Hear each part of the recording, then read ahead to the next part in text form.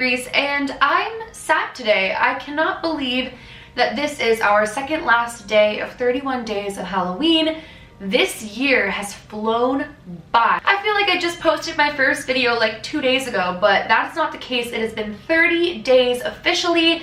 Tomorrow is the last day, but that doesn't mean that it's the last of me. I'm definitely going to be uploading a ton in November, and then in December, we have 25 days of Reeseness. So hopefully you guys aren't sick of me, because I have a lot of stuff that I am bringing to this channel, and I can't wait to share it with all of you. Today's video has been so highly requested. I have received countless DMs and tweets and comments from you guys asking me what I think of the fact that they will be opening up the Dybbuk box tomorrow.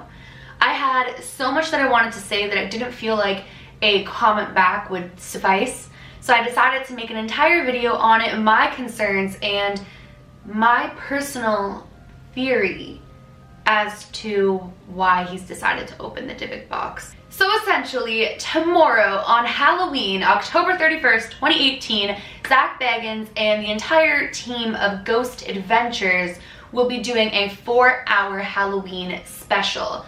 During this 4-hour Halloween special, Zak said he would be opening up the Dybbuk box. Now, I should note that he's not entirely sure if he's going to, so maybe it's kind of a marketing tactic in order to get people to tune in and watch and see whether or not he actually opens it or not, and just bring more people in, because it's 4 hours and people will be waiting to see if he opens the Dybbuk box or not.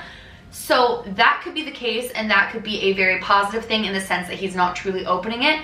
But on the contrary, he may actually open up the Dybbuk box, which would just be, in my opinion, a very, very massive mistake. You guys know that I've done 2 videos on the Dybbuk box. The first one was the history of this specific Dybbuk box, and the second one was that I believed that Malone had been cursed from the Dybbuk box by touching Zak while he was touching the Dybbuk box. And we're about to get into that in a moment, because that really ties into my specific theory with the Dybbuk box. But for today's video, I'm not going to go into detail as far as why the Dybbuk box is so dangerous, because I've done it in 2 separate videos. But I will say that a Dybbuk box is a box that has contained a Dybbuk, which is a restless, malicious, evil spirit that has the ability to possess and harm the living, which is not anything that anybody wants to associate with. It has been noted or thought that it has caused a death, and it's also thought to have caused strokes and multiple other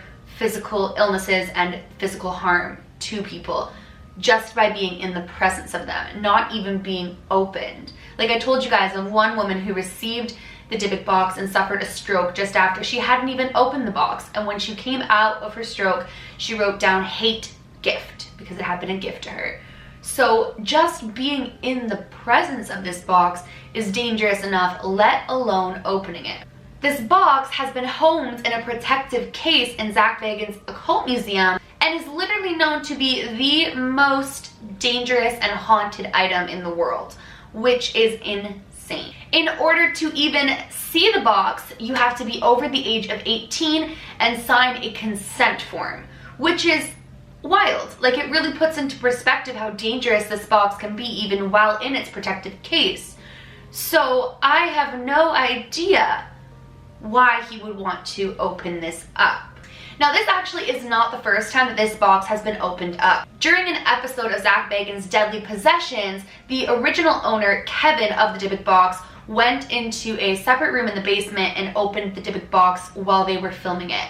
And let me just tell you guys, what occurred was terrifying. The lights started to flicker, strange sounds were heard, and then his entire demeanor and voice changed as though he was possessed, and he began reciting this long, dragged-out story where he didn't stumble and didn't miss a beat. So if he had been acting, you know, he did a really good job at memorizing those lines. Like, it was just flowing, flowing, flowing. Some of the lines that he said during this trance were, "Light from the hallway crept into my room, along with the shadow man, too, I assume."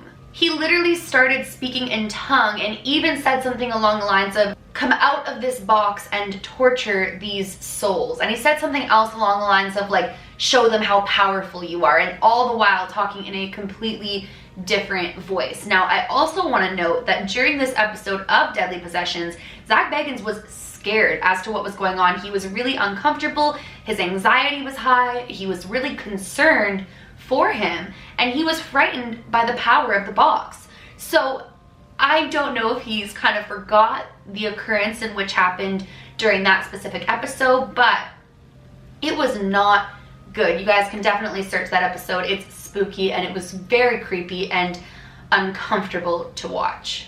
Now, going back to the whole entire thing with Post Malone, this kind of ties into my specific theory. Now, as you guys saw, Post Malone and Zak Bagans were in the room where the Dybbuk box was contained. Zak took the protective case off of it and touched it. Post Malone touched him at the exact same time.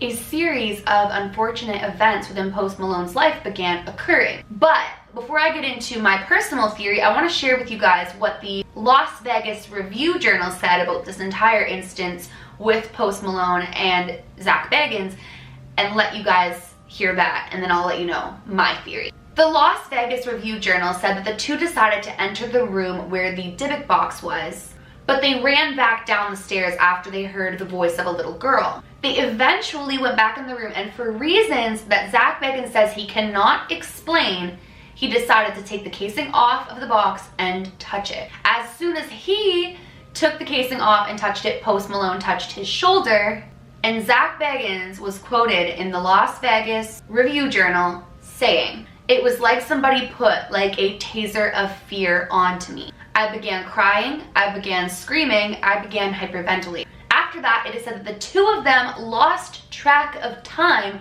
which is really scary because that is a sign of possession. But the health app on Zak Bagans' phone revealed that the two of them had went up and down those stairs 84 times that night, which is so strange. And then the next day, Post Malone showed Zak Bagans bruises on him that he couldn't recall getting.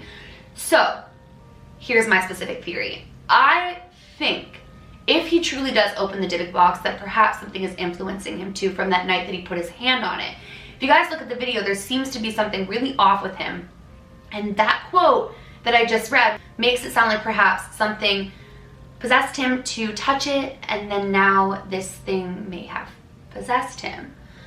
Which is really, really presumptuous and a big, massive assumption, but that might explain why suddenly he's decided to open the box. If that's the case, it's incredibly dangerous, and I have no idea what he could be unleashing into his life and what would occur to him, because it is said that Kevin still feels the repercussions of having opened the box, and the box isn't even near him or in his possession. Imagine somebody like Zak, who the box is in his occult museum, and he opens it up. What could happen to him then? Things will heighten for both him and probably Kevin too now, and who knows what will occur. I personally really hope that he does not open the Dybbuk box. I feel like that would be very detrimental. I feel like that would be a very wrong move. So I'm hoping that this was all just a big publicity stunt to get people to tune in to Ghost Adventures tomorrow night. That's my hope. That's my honest thoughts. But if he does open the Dybbuk box, I'm really, really concerned for his well-being and the well-being of people in general who have come into contact or will come into contact with this box. I mean, the Dybbuk box is used to contain a Dybbuk. You're not supposed to be opening it up and unleashing it. Well, you guys, that is my thoughts as far as Zak Bagans and the Dybbuk box go. What do you guys think of this entire situation? Do you think it's a publicity stunt, or do you think that he really is going to open the Dybbuk box? And if he does, why do you think that is? Do you think that something has leached or possessed him, or now formed an attachment to him from when he touched it?